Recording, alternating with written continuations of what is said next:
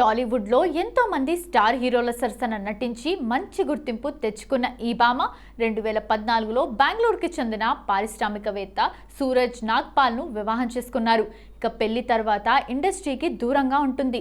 అంతేకాదు ఈ సుందరాంగి వ్యాపారం వైపు అడుగులు వేసింది. ఆమె నటనతో ప్రేక్షకులను ఎంతగానో ఆకట్టుకున్నారు.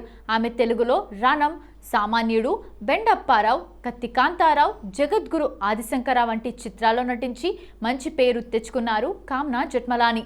ఇక సోషల్ మీడియాలో యాక్టివ్గా ఉండే ఈ భామ తనకు సంబంధించిన విషయాలను ఎప్పటికప్పుడు సోషల్ మీడియా వేదికగా తన అభిమానులతో పంచుకుంటుంది. ఇక తాజాగా ఈమె అలీతో సరదాగా షోలో పాల్గొనగా తన వ్యక్తిగత విషయాలు పంచుకుంది. కామ్నా జెఠ్మలాని దాదాపు 500 వరకు స్టేజ్ షోలు చేశారట. ఇక ఈ అమ్మడు సినిమాల్లోకి రాకముందు మోడలింగ్ చేసేదట. అలా అందులో తను అందుకున్న మొదటి పారితోషికం 300 రూపాయలు అని తెలిపింది. బెస్ట్ ఫ్రెండ్ నటి పూనం బజ్వా అని, అల్లరి నరేష్, దేవిశ్రీ ప్రసాద్, శ్రద్ధా దాస్తో పాటు మరికొందరు కూడా టాలీవుడ్లో ఫ్రెండ్స్ అని కామ్నా చెప్పుకొచ్చింది.